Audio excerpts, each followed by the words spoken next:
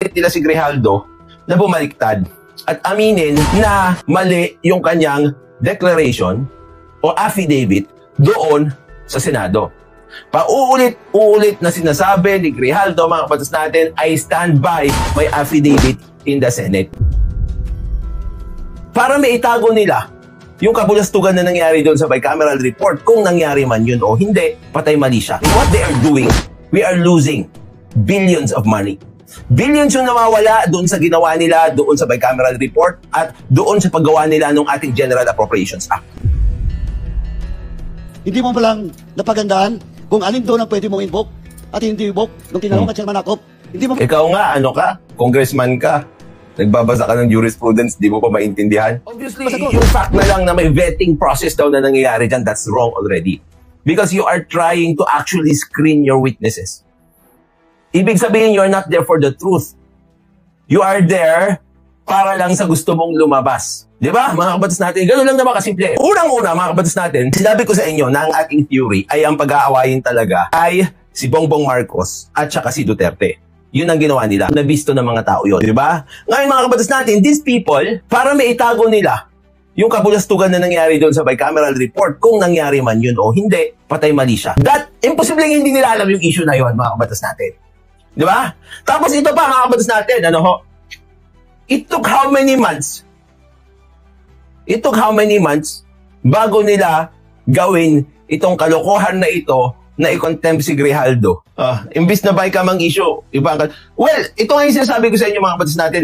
Hindi na fact-finding, narrative building na. Correct. Ito yung sinasabi ko sa inyo, mga kabatas natin, no? These congressmen, in what they are doing, we are losing billions of money. Billions yung nawawala doon sa ginawa nila, doon sa bicameral report, at doon sa paggawa nila ng ating General Appropriations Act. Paggastos na naman ng pera ang ginagawa nila dito sa pag-hearing na ito para lang sila ay makaganti doon sa mga kaaway nila. Tapos ito si Paduano, mga kabatas natin. Si Paduano to, di ba? Si Paduano to, mga kabatas natin, nag-educate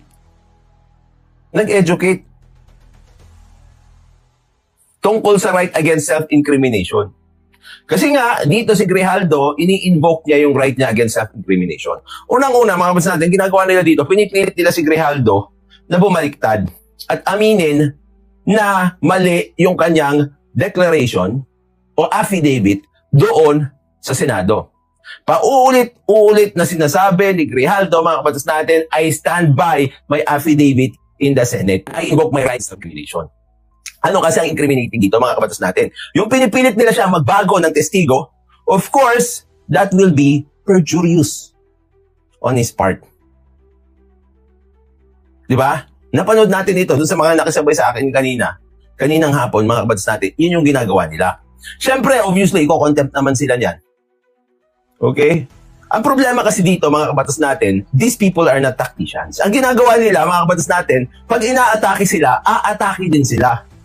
You are not in the position to attack right now. You know why? Because you should be transparent and accountable. Pati sa chess naman. Kung umaatake yung kalaban mo at mamamati ka na, dumipensa ka muna. Saka ka na lang umatake. Ganon yun, di ba? Naalala ko tuloy, parang may bobong kriminal, mga kabatas natin, na nagsabi na hindi ako dumidepensa sa aking poon. Umaatake ako. Kung umaatake ka ng umaatake, paano mo masosolve yung mga problema? Paano mo masosolve yung mga issues na dapat mo namang ipaliwanag sa mga taong bayan na nagluklok sa'yo? Di ba? Paano mo... You have that accountability. You have that obligation. Transparency. Di ba? Very good, Vince. Gusto nila i-sacrifice ang king. Correct. The narrative, actually, mga kabatas natin, is consistent. They are trying to sacrifice President Bongbong Marcos here. Diba? Unang-una na ginawa nila, mga kabatas natin, they fed Bongbong Marcos the wrong information. Sabi ko nga sa'yo, magbumukha kang tanga talaga. The rapist. The rapist of the 2025 budget. Diba? Sabi ni Duterte, Ipaliwanag mo sa akin! Kasi hindi ko maintindihan! Totoo ba? Totoo ba na may blanco doon sa bicameral report? Anong sagot ni Bongbong Marcos? Walang blanco sa General Appropriations Act. Ginawa nila yon. It did not work. What will they do now? Pagtatakpan na naman nila mga kabatas natin yung mga pangyayari sa pamamagitan ng pagbubuhay ng mga lumang issues na pumatok sa taong bayan noong unang panahon. Huwag na ganyan, last year yan. Oh, come on. That's so last year, Congress. Gawa kayo ng bagong issue. Di ba? They're trying hard to run away with it without being accountable. Di ba? Oh. Bay ka man tanong, GAA ang sagot. Oh. Yung mga pumupuna sa kanila, akusahan nilang mga trolls, hindi naman sila iniluklok dyan para magasta silang mas makapangyarihan pa sila sa mamamayan. Trolls naman lahat. Pag-usapan natin yan mamaya. Okay? At saka yung pagpapatawag kay Mayor Magalong. Dito muna tayo. Para naman matuto tayo na maayos mga kabats natin, tuturuan daw tayo ni Paduano, Congressman Paduano, na isang abogado. Abogado ba ito? Kasi parang, ewan ko. O, tignan natin. For such violation. And to show that he has violated the law.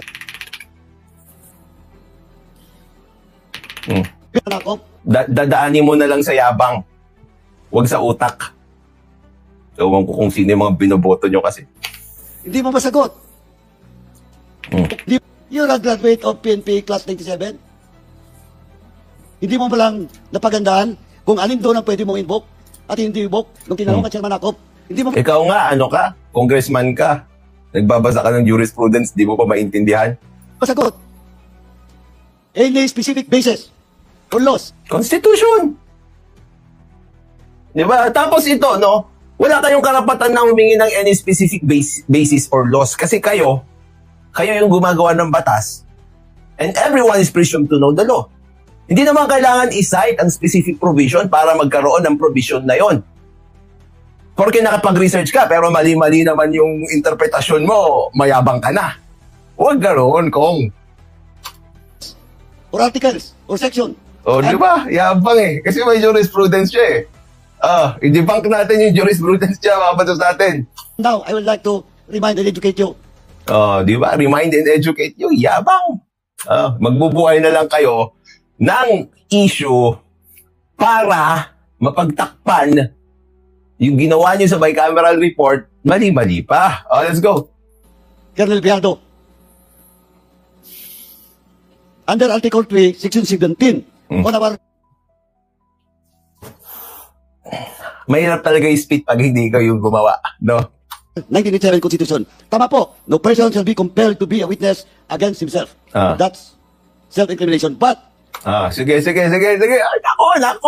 I'm so excited. Let's go. I will cite jurisprudence that you cannot use it in your case. I will cite jurisprudence that you cannot use it in your case. Sige. Mr. Bialdo.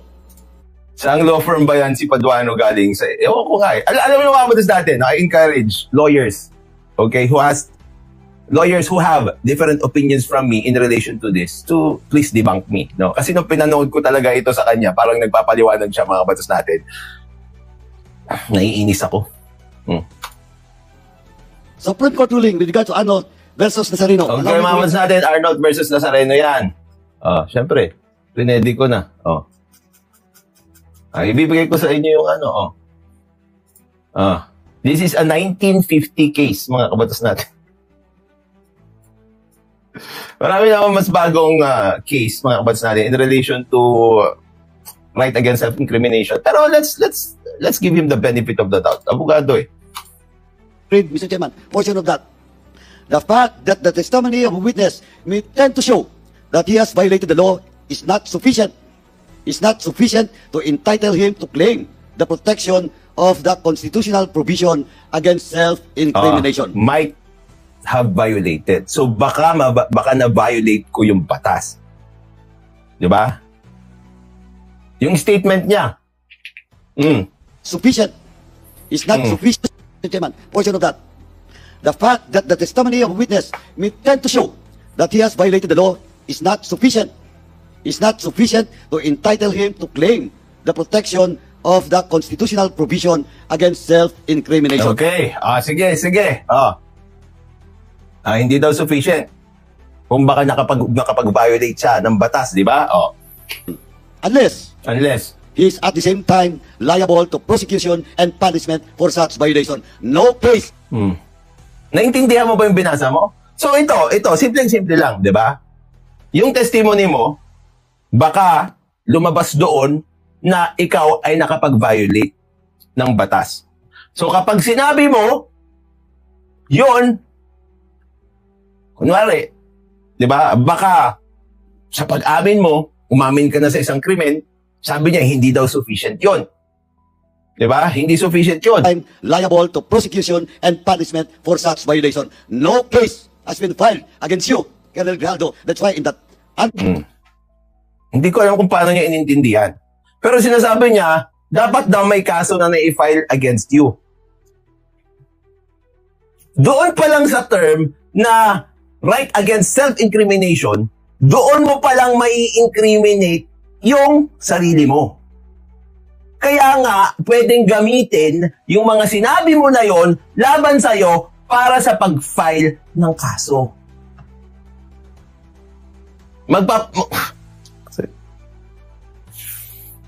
Future, yung sinasabing pinoproteksyonan dyan sa right against self-incrimination. Congressman Attorney. Hindi kailangan na may nakafile ng case sa kanya, doon niya lang pwedeng i-invoke yung right na yan.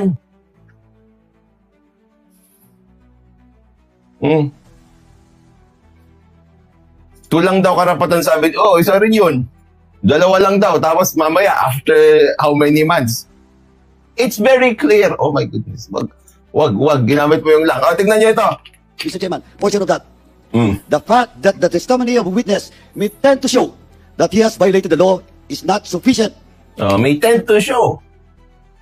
Baka, kapag sinabi mo yan, lalabas na baka violate mo nga yung batas. Sabi, is not sufficient to entitle him to claim the protection of the constitutional provision against self-incrimination. Hindi siya entitled.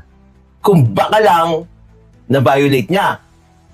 Tapos, sabi, unless he is at the same time liable to prosecution and punishment for such violation. Liable siya. Ibig sabihin, unless kapag sinabi niya yon, pwede siyang makasuhan. English na nga lang. Simpleng English yan. Hindi mo maintindihan.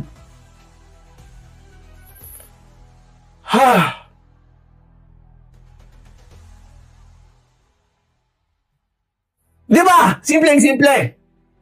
Sabi niya, hindi sufficient. Tatagalog ba? Ang sabi ng batas diyan, hindi sapat. No? Hindi sapat na sasabihin mo o i-invoke mo yung right mo against self-incrimination kung sinabi mo yon, yung sasabihin mo, at baka nag-violate ka nga ng batas. Pero kapag sinabi mo yon, at pwede kang makasuhan dahil dyan, you can be liable for prosecution, sabi, di ba? You may be liable for prosecution. Pwede mong i-invoke yung right against self-incrimination mo. Hindi niya sinabi doon na kailangan merong kaso na nakafile na sa'yo. Sufficient to entitle him. The fact that the testimony of a witness may tend to show that he has violated the law is not sufficient to entitle him to claim the protection of the constitutional provision against self-incrimination. Unless he is at the same time liable to prosecution and punishment for such violation. No. Kung pwede siyang i-prosecute para doon. Kasi ito kasi ang purpose niyan. For example, a very blatant example. For example, yung ginawa niyang krimen, nag-prescribe na. Ibig sabihin, hindi na siya pwedeng ma-prosecute, di ba? Libel. 1 year lang, di ba? Tapos, mga kabatos natin, ilang taon na yung nakalipas. Tinanong siya, siniraan mo ba yung taong ito? Pwede niya bang i-invoke yung right niya against self-incrimination? Hindi niya pwedeng i-invoke. Bakit? Kasi nga, prescribed na po yung kaso. Pwede ka na sumagot. Sasabihin mo, opo, siniraan ko po siya. Rape, 20 years. Di ba? Lampas na ng 20 years. 27 years na. Ang tatanda na nila. Sabi niya, ginahasa mo ba? Ginahasa mo ba? Si Pepsi! I-invoke niya, I invoke my right against self-incrimination. Hindi na pwede. Bakit? You cannot be prosecuted for that case anymore because it has already prescribed. O, so yun yung sinasabi dyan. O, puntahan natin yung mismong kaso, ha? Buuin natin. Sabi niya, generally, the question whether testimony is privileged is for the determination of the court. At least, it is not enough for the witness to say that the answer will incriminate him, as he is not the sole judge of his liability. The danger of self-incrimination must appear reasonable and real to the court from all the circumstances. And from the whole case, as well as from his general conception of the relations of the witness, upon the facts thus developed, it is the province of the court to determine whether a direct answer to a question may incriminate or not. So yan yung sinabi dito, di ba? Ang magdidetermine pa rin naman kasi korte dyan. Di ba? Sabi niya, the fact, ito na yung kinote niya, that the testimony of a witness may tend to show that he has violated the law is not sufficient to entitle him to claim the protection of the constitutional provision against self-incrimination, unless he is at the same time liable to prosecution and punishment for such violation. Kung umamin ka, kunwari, nanggahasa ka ng tao, umamin ka na nanggahasa ka ng tao, hindi pa prescribed yun, umamin ka, kinasuhan ka, pwede, di ba? Na-invoke mo yung right mo against self-incrimination.